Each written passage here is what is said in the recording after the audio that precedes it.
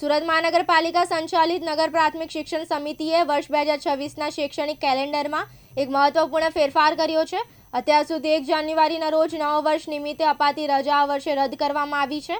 સમિતિનો ઉદ્દેશ્ય વર્ષના પ્રથમ દિવસથી જ વિદ્યાર્થીઓમાં શિસ્ત અને ભણતર પ્રત્યેની રુચિ જળવાઈ રહે તેવો છે, જેના કારણે 1 જાન્યુઆરીએ સ્કૂલો ધમધમતી જોવા મળી। હવે રથયાત્રાના પર્વ રજા મળશે। શિક્ષણ સમિતિના ઇન્ચાર્જ શાસનાધિકારી મેહુલ પટેલે વર્ષ 2026 માટેનું સત્તાવાર રજા કેલેન્ડર જાહેર કરી દીધું છે। આ કેલેન્ડરમાં સ્પષ્ટતા કરવામાં આવી છે કે વર્ષ દરમિયાન કઈ જાહેર રજાઓ અને કઈ મરજિયાત રજાઓ રહેશે। આ વખતે કેલેન્ડરમાં 1 જાન્યુઆરીનો ઉલ્લેખ રજા તરીકે ન હોવાથી હવેથી વિદ્યાર્થીઓ અને શિક્ષકો વર્ષની શરૂઆત સ્કૂલમાં પ્રાર્થના અને અભ્યાસ સાથે કરશે। સમિતિના અધિકારીઓના જણાવ્યા અનુસાર સ્થાનિક રજાઓ મર્યાદિત હોય છે અને તેનો ઉપયોગ લોકલાણી કે સામાજિક મહત્વના દિવસોએ કરવો વધુ હિતાવહ છે। 1 જાન્યુઆરીએ રજા રાખવા કરતાં રથયાત્રા જેવા મોટા પર્વ પર રજા આપવાથી વધુ બાળકો રથયાત્રાના સાંસ્કૃતિક વારસાનો લાભ લઈ શકશે। આ નિર્ણયને વહીવટી દ્રષ્ટિએ વધુ વ્યવહારુ ગણાવવામાં આવી રહ્યો છે। શરૂઆતમાં રજા હોવાની માન્યતાને કારણે થોડી મૂંઝવણ ચોક્કસ જોવા મળી હતી, પરંતુ હવે સ્કૂલો દ્વારા વાલીઓને માહિતગાર કરવામાં આવ્યા છે કે નવા વર્ષે સ્કૂલ ચાલુ રહેશે। આ નિર્ણયથી હવે સુરતની શિક્ષણ સમિતિ હેઠળની તમામ સ્કૂલોમાં 1 જાન્યુઆરીએ શૈક્ષણિક કાર્ય રાબેતા મુજબ ચાલશે અને રથયાત્રાના પૂર્વ બાળકો રજાનો આનંદ માણી શકશે। રસપ્રદ વાત એ છે કે 30મી ડિસેમ્બર સુધી અનેક સ્કૂલોના અધિકૃત અને બિનઅધિકૃત વોટ્સએપ ગ્રુપોમાં 1લી તારીખે રજા છે તેવા મેસેજ વાયરલ થઈ ગયા હતા।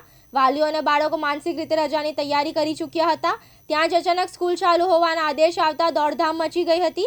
વાલીઓમાં એવી ચર્ચા છે કે જો રજા રદ જ કરવી હોય તો તેની જાણ વહેલી કેમ કરવામાં ન આવી। આ મામલે રાજકીય ગરમાવો પણ જોવા મળી રહ્યો છે। પૂર્વ કોર્પોરેટર અસલમ સાયકલવાલાએ સમિતિના આ વલણને સખ્ત શબ્દોમાં વખોડી કાઢતા જણાવ્યું હતું કે પરંપરાગત રજાઓ આ રીતે અચાનક રદ કરવી એ યોગ્ય નથી। બીજી તરફ શિક્ષક આલમમાં પણ આંતરિક નારાજગી છે, કારણ કે આ વર્ષે કેલેન્ડરમાં મરજિયાત રજાઓની સંખ્યા પણ ઘટાડીને માત્ર 2 કરી દેવામાં આવી છે, જે કર્મચારીઓના હકો પર ત્રાપ સમાન ગણાઈ રહી છે।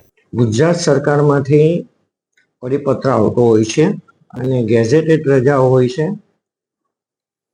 આપણે ઘણા વખતથી 1 જાન્યુઆરીની રજા આપતા હતા, પરંતુ આ વખતે એ નિર્ણય કરવામાં આવ્યો કે 1 જાન્યુઆરીની રજાની જગ્યાએ આપણે રથયાત્રા વખતે જ્યારે બાળકોને તકલીફ પડે છે, 5 જગ્યાથી જ્યારે રથયાત્રા નીકળતી હોય ત્યારે બાળકોને સ્કૂલે પહોંચવા માટે તકલીફ પડતી હોય છે, તો આ રજા કેન્સલ કરીને આપણે એ રથયાત્રાના દિવસેની રજા નક્કી કરી છે અને એનો પરિપત્ર ગઈકાલે કરવામાં આવ્યો છે।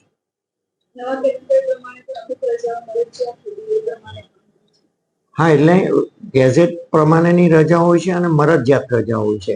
એ મરજિયાત રજામાં ફેરફાર કરવાનો શિક્ષણ સમિતિ પાસે રાઈટ છે અને એના કારણે આ રજામાં ફેરફાર કર્યો છે।